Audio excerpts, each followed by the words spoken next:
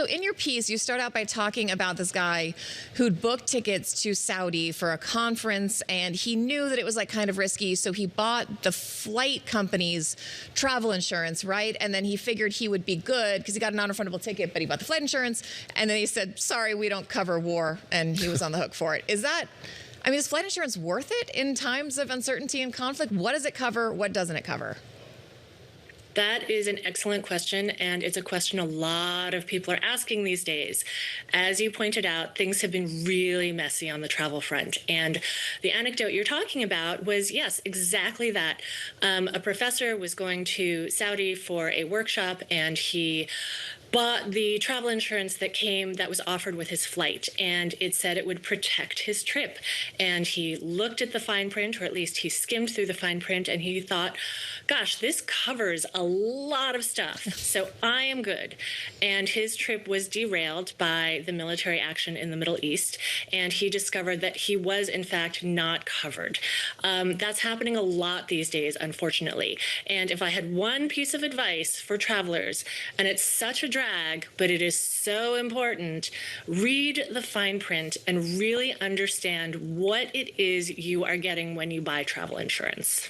You have been reading the fine print, and I'm curious, just generally speaking, what travel insurance does cover. Is it natural disasters?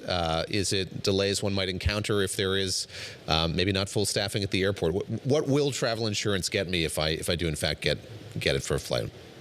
Great question. So here are some of the things that travel insurance is great for. Let's say you get sick before a trip.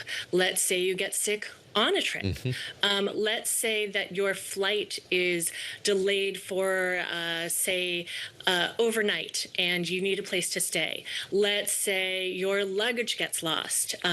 Let's say your flight gets canceled, and you now need a way to get to your cruise departure point. Those are things that travel insurance is really, really good at covering. Here are some of the things that travel insurance is not good at covering. If, say, there is an invasion of the country where you are visiting, you are going to be out of luck. Or let's say that your flights, as happened to so many people this year, let's say that your flights are completely canceled. You have no way out of a nearby location because of a war or a military action. You are also going to be What about sadly, if your airline goes out of business? Oh, good question. Yeah. That's a great question. Super relevant right now.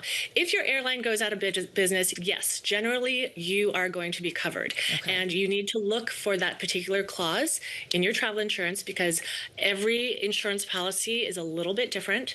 But you want to look for the clause that says that if your travel company goes out of business or stops operating for financial reasons, that you will be covered. Because of course, if the company goes out of business, often they are not going to be giving your money back. There is something called cancel for any reason insurance. More expensive, more all-encompassing. Yeah. What do I get for that if I pony up the extra money for it? The extra money.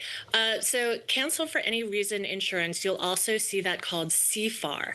The funny thing is that's what people often think they're buying when they buy travel insurance, but it's not. Cancel for any reason insurance means that if you get nervous about your trip, you can cancel it. If your kid gets into the championships and you don't want to miss their game and you want to cancel your trip, you can. That said, there are a lot of catches that go along with cancel for any reason insurance, CFAR. One is, as you pointed out, it's expensive. It can cost up to about 18% of the cost of your trip.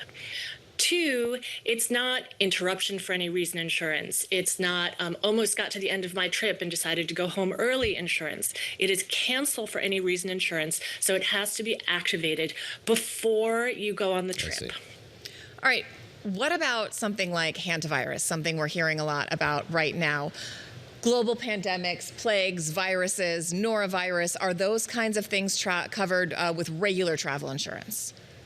You know, it's really going to depend on the individual circumstances. So one thing that I personally recommend as somebody who travels a lot is to have medical evacuation insurance that you can also add crisis insurance to. These are companies, I call them insurance. They don't like being called insurance. They're technically membership organizations, and they can cost a few to several $100s a year. And what you get is assurance that if something happens, an emergency where you need to get home and you're at least 150 miles away from home, that they will take care of that. So COVID, or something like COVID, where a country gets shut down, or there's political unrest, or there's a terrorist attack, or you fall and break your leg really badly and you can't get the treatment you need where you are. Those are the services that I would use to make sure that I can get home.